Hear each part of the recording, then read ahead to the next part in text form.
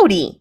This is your friendly neighborhood physics teacher here, and I'm here to talk about our last homework over frame of reference, distance, displacement, and speed. Now, I gave you this nice little picture that you had to talk about the different frame of references according to each different thing. I'm not going to go over every single one of them because I love this picture so much. It's going to be the same on the remastery. So I'm going to go over a few of them. So we have different types, and then from there you should be able to figure out the rest. And again, if you have any trouble, you can always come in for tutoring to Miss Heath or Miss Verona. So you have this nice little picture, and then at the bottom you had a chart, and you had the different objects, and then it says motion relative to the person standing on the ground or motion relative to the river. So that statement is talking about how is the object moving relative to insert thing here. So if we look at our first row, second column, because the first column zeroed out. So the first row, second column, it says motion relative to the river, and we're dealing with the person. So if the river is going this way and the person is not moving, as the river goes by, think about like a little duck. We have a little duck sitting on the river. He's not flat. He's not doing anything. He's just sitting and letting the current go by. As the duck goes by, which direction does the person look like he's moving? Reference to the duck, or in this case, reference to the river. Looks like he's going backwards. Kind of like when I walked in the classroom and I said, even though y'all are standing still, to me, you look like you're going backwards.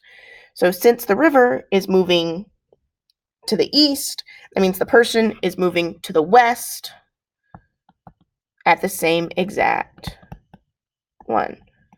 So it looks like the person is moving to the west as it's relative to the river.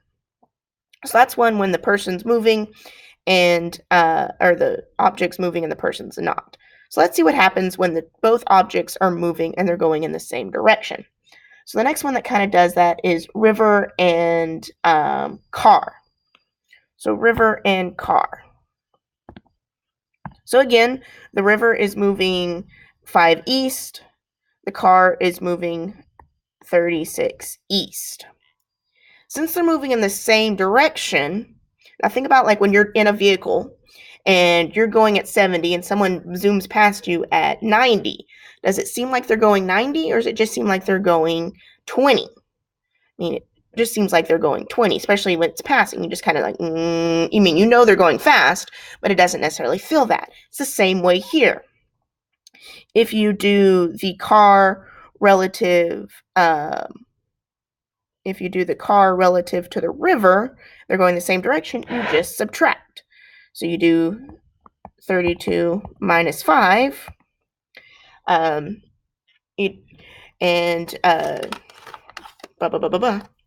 you do 32 minus 5 and you get 27. Now, you have two different ways. Now, since we're doing the relative motion to the car, so how fast the river is going relative to the car, it'll end up being 27 west. Because since the car is going this way, seems like the river is going backwards because it's kind of slowing down. Now, if it was the other way around, it was saying the relative motion related to the car, and we're talking about the river, it'll seem like the car is going 27 east, because it does seem like the car is pulling away from the river. So there's that going same direction. Now let's look at something that's going in opposite directions. So let's talk about, we're getting kind of busy over here. So let's talk about the boat and the river. We're going to talk about the boat and the river. So again, the river is moving at 5 meters per second east. The boat is moving at 12 meters per second west. They're going in the opposite directions. So again, if you're on like a little 2-lane road and you have someone zooming past you, it seems like they're going a whole lot faster because you're moving towards them also. So if they're going in the same direction, you add. So you just do 12 plus 5, and you get 17 meters per second. And again, it's coordinating. Now this one would just stick with the direction that it's going. So if we're doing, let's say we're doing the motion of the river relative to the boat, the river still seems like it's going east. But if we're doing the motion of the boat relative to the river, then that's when it flips. Now I'll give you a little hint on the diagram to check to make sure that you're doing it right. So if you have the table here, doing a very rough thing of the table.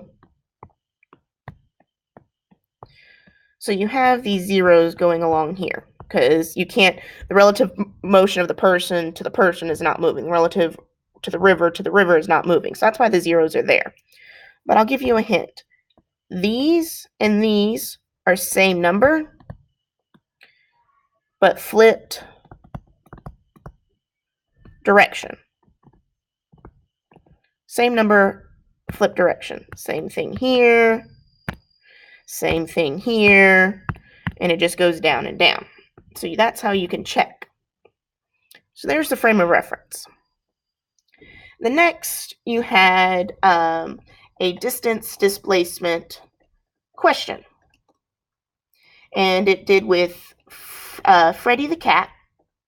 I gave you a number line, so you can use that as a reference. And it talked about the directions that Freddy went. So it says, let's get a little number line going on here. That's 0. So it says that Freddy the cat started at -3 position. So we started at -3. And first, Freddy walked 2 meters in the positive direction to the right. I even told you what position he ended at. So he ended at -1. So the cat walked this direction. So this is our initial position. And then he walked 5 meters, again, the positive direction. So he walked another 5. 1, 2, 3, 4, 5. And I told you that he ended in position 4. So that 1, 2, 3, 4, in the right spot. And then Freddy walked 1 meter in the negative direction, 3 meters. So negative direction, 3 meters. 1, 2, 3. And I said that he ended at position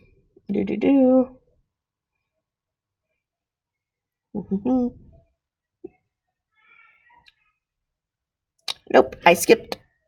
He only walked 1 meter to get to position 3. Let's try that again, shall we? He walked 1 meter to get to position 3. And then finally, Freddy walked 8 meters in the negative direction to get to -5. So he walked another 8 meters. 1, 2, 3, 4, 5, 6, 7, 8.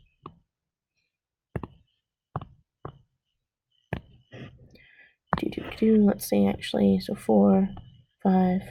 There we go. I went a little too far. 1, 2, 3, 4, 5, 6, 7, 8. And to get to -5. And that is our final position. I asked you what position did Freddy stop at, and I actually gave it to you in the problem, -5.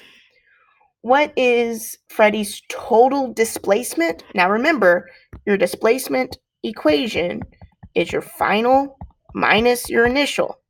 So our final position was -5. Our initial position was -3. The negatives do matter. The negatives do matter, so that becomes a plus. So you get -5 plus 3. So that will just get you -2. And with the number line, -2 meters. With the number line, you can check. So we went 1, 2 in the negative direction because the numbers are getting bigger in the negative direction. So that makes sense. So that's our displacement.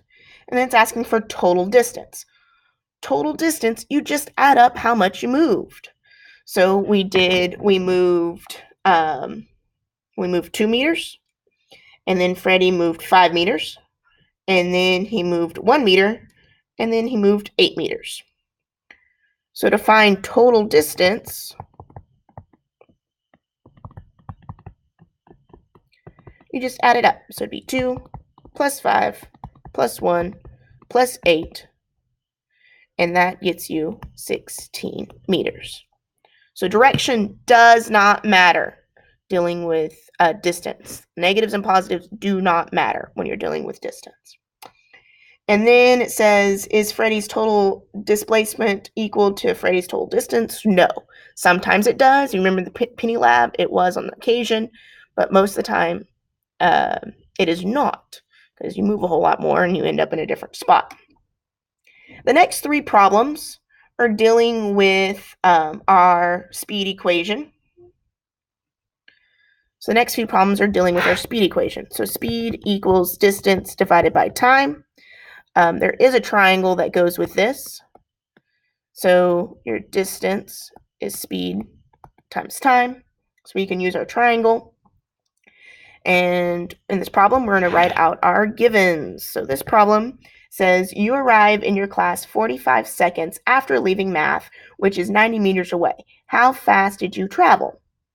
So our givens, we're given 45 seconds, so that is time, and it's in seconds, so we don't have to convert. We're given 90 meters away, so that is our distance, in meters, so we don't have to convert there.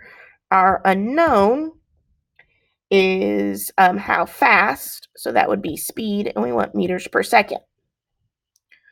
So we want speed, so speed equals distance divided by time.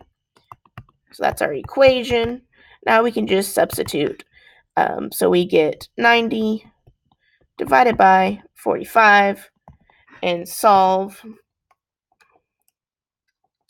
You get 2 meters per second. There we go. So the next problem is another speed question. You're just looking for time instead of your speed. So again, we can do our givens.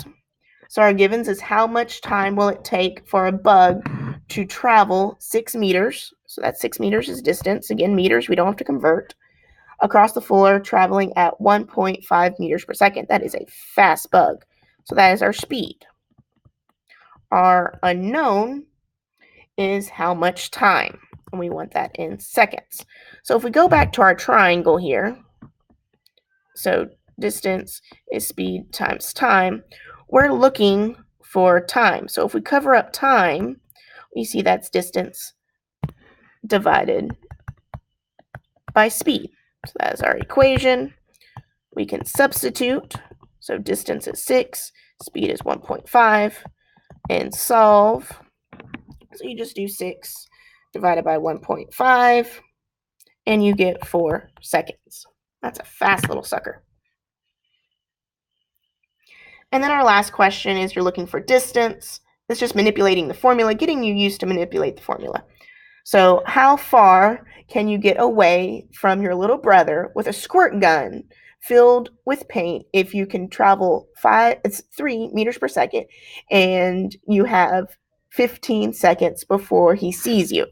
So again, you have your givens. So in this case, you're given your speed, 3 meters per second, and you're given your time, which is 15 seconds. Your unknown, you're looking for your distance, and you need it in meters. Again, everything's right. We don't have to convert. So our equation, again, we can look at our little triangle here, and we're covering up distance. So you see that distance is just speed times time. So distance is just speed times time. Our speed is 3. Our time is 15 seconds.